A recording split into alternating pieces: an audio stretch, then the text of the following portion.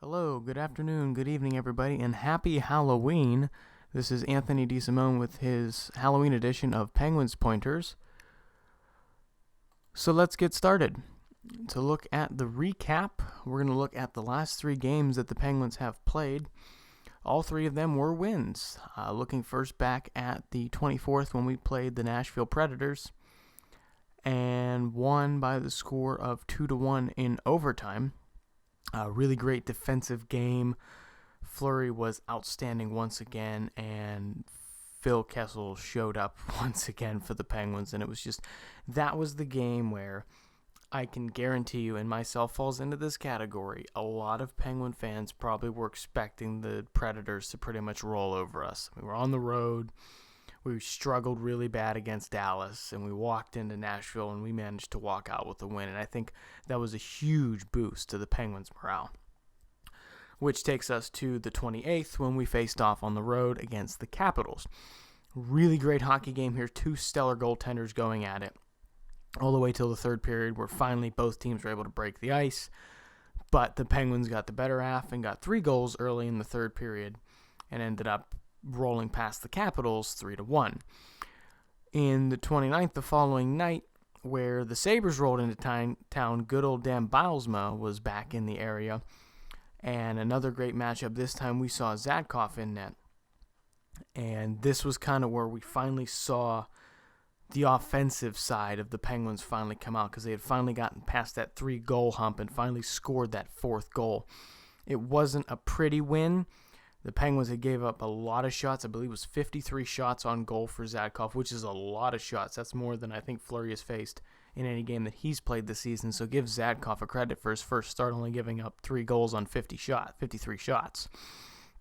But on the other side, the offense came out, and Dupuis, I believe Malkin was in on the scoring. I think Kessel was on there again on the score sheet, and the power play had also struck. So a lot of good things that happened in that game. Another thing that a lot of people have probably seen that's gone viral now was the little incident with the puck that was supposed to be given to the kid that ended up going to that rude guy.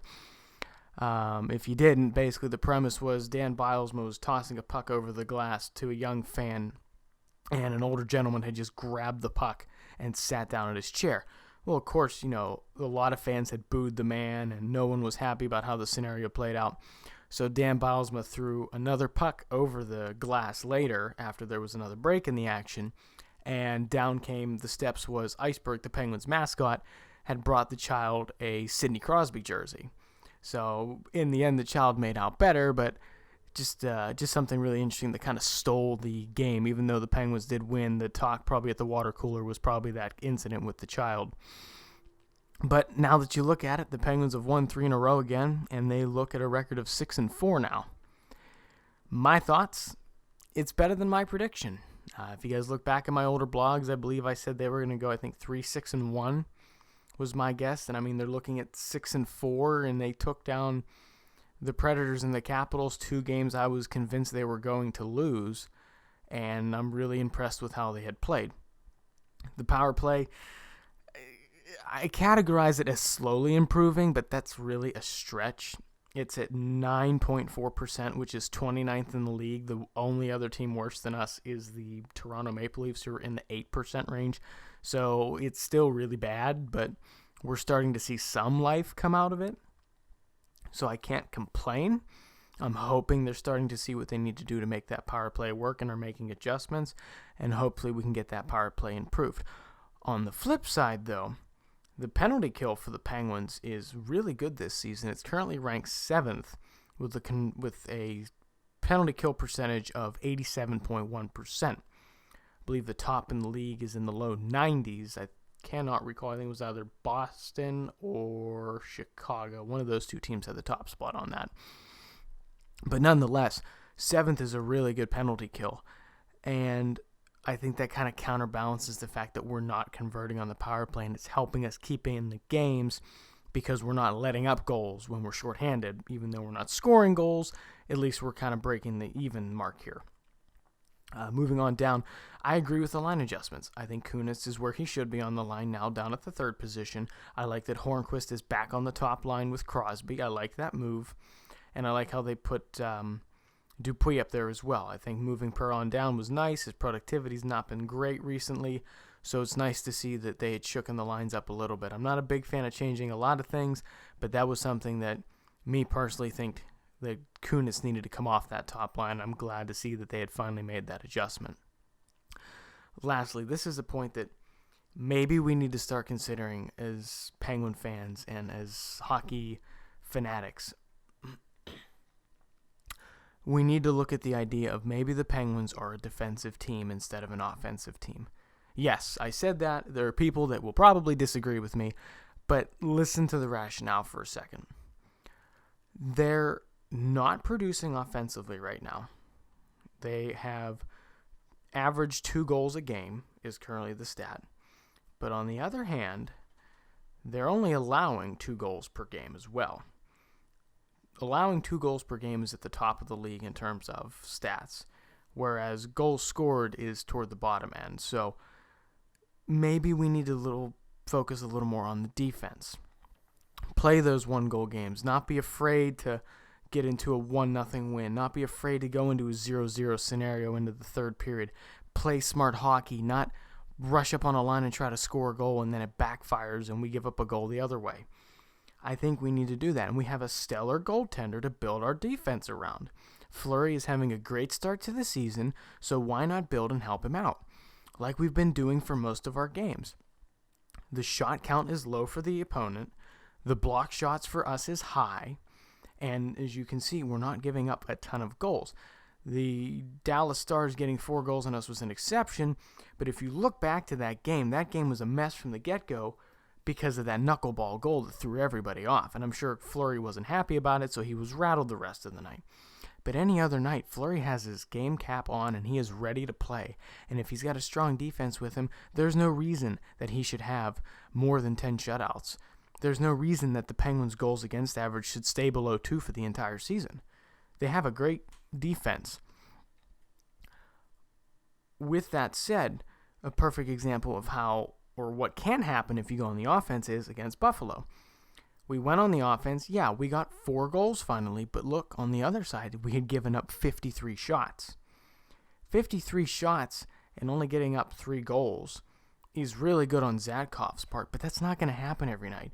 You start giving up 40, 50 shots a night, you're going to start seeing your opponent rack up 4, 5, 6 goals a game. And that's where teams get into trouble. They're trying to be offensive, but they're not producing. So maybe we kind of stick with a little more of a conservative strategy currently until we start getting our player line chemistries together and we can start consistently putting up goals every game. But for now, if we're only giving or scoring 2 goals per game, we need to focus more on the defense and get our chemistry and our lines built before we start trying the offensive tactic. My personal thought, feel free to disagree with me because that's the way things work. You are allowed to disagree with me, but something to consider is maybe we play defensively because we've played defensively the last 3 games, and look, we've won 2 of those 3 games, aside from the Sabres, which was, I think, a little more offensive, but we didn't get as many shots, but we did get the goals. With all that, speaking of how the Penguins are doing, let's move into the standings. Currently, the Penguins have now jumped from 6th to 4th in the standings, only 2 points behind first place, which is, I believe, currently in a 3-way tie, according to stats from last night, where the Rangers lead with 6 wins, 2 losses, and 2 overtime losses I think they won that game, so they might be at 16 points now, actually, is what I believe we're sitting at. So with the Rangers leading up top, the Capitals and the Islanders behind them, the Penguins are right on their heels with 12 points now. So 3 wins in a row, we go from 6th, where the Flyers find themselves now, to 4th place. So really, that whole concept of everybody freaking out because we lost 1 bad game to the Stars is once again put to bed because we racked up 3 wins right afterwards. So it's still, like I said, it's early in the season. You can't jump on the bandwagon of, oh, we lost a game, fire the coach, change the lines, trade this player. You're still 10 games into the season. We still have 72 games of hockey to play and how many months to go through. It's still very early in the season. It's nice to see they moved up in the standings, but I'm not concerned about the standings. I honestly don't even look at them aside from putting this podcast up because they don't matter. You can start talking about standings in the division come December, January, when we've got 20, 30 games, maybe 40 games under our belt. Then we need to start worrying about the standings. But you're still in the very early stages of the season. You can't be concerned with how the teams are doing with points-wise because there's still so much hockey to be played, and so many good things and bad things can happen to teams and organizations. So that's still really up in the air. So don't look at the standings right now. Just watch the games right now and watch these progressions. See, maybe we'll be a bit of a better defensive team. Watch those things instead of being concerned with the numbers. With that, the next game that is coming up is today against the Toronto Maple Leafs. That faces off at 7 o'clock tonight. It is a road game. Toronto Maple Leafs are struggling this season. Not doing too hot this season. They are, I believe, only have one win. And they are the team that has the worst penalty or power play in the league. We're right behind them, or right ahead of them, I should say. But keeping that in mind, I don't expect Toronto to be putting up a lot of goals. This should be hopefully an easy win for the Penguins. I'm probably going to jinx them by saying that, but hopefully they should be able to extend their win streak to 4 tonight because Toronto really so far, I've watched a little bit of their gameplay. They really haven't found their identity yet this season, or somewhat of an identity for themselves this season, and hence why the numbers they're producing are not that great. So hopefully we'll be able to pull a win up on Halloween and move ourselves a little bit higher in the standings. But if not, it's not the end of the world again because there's still so much hockey to play. For now, probably most of us will watch because, as we all know, tomorrow's Halloween. A lot of kids will be going on trick-or-treating, parents dressing up and going out with their kids. We're probably going to miss this game. I know I'm going to be missing the game, but keep in mind, the Penguins are, in my opinion, doing well for themselves right now, and I honestly think whoever's listening to this broadcast should agree with me. Because 6-4 in your first 10, that's a winning percentage. That's a pretty good percentage in my opinion. So with that in mind, I want to thank everybody very much for listening. I do appreciate that. Hope you enjoyed the Halloween edition of Penguins Pointers.